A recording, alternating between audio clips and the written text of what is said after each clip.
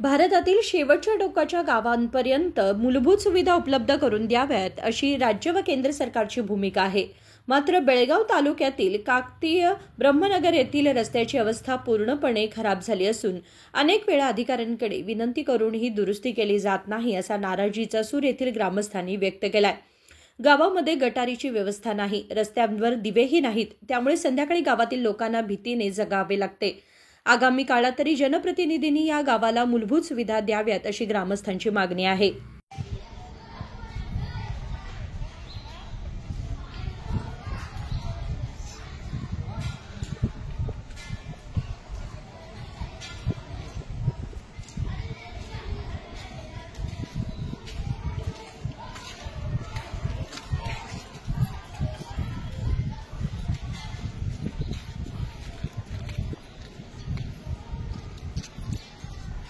गावामध्ये रस्ते पक्के करणे आवश्यक आहे. खड्डेमय रस्त्यावरून मुले व वृद्ध यांना हाल अपेष्टा सहन कराव्या लागतात.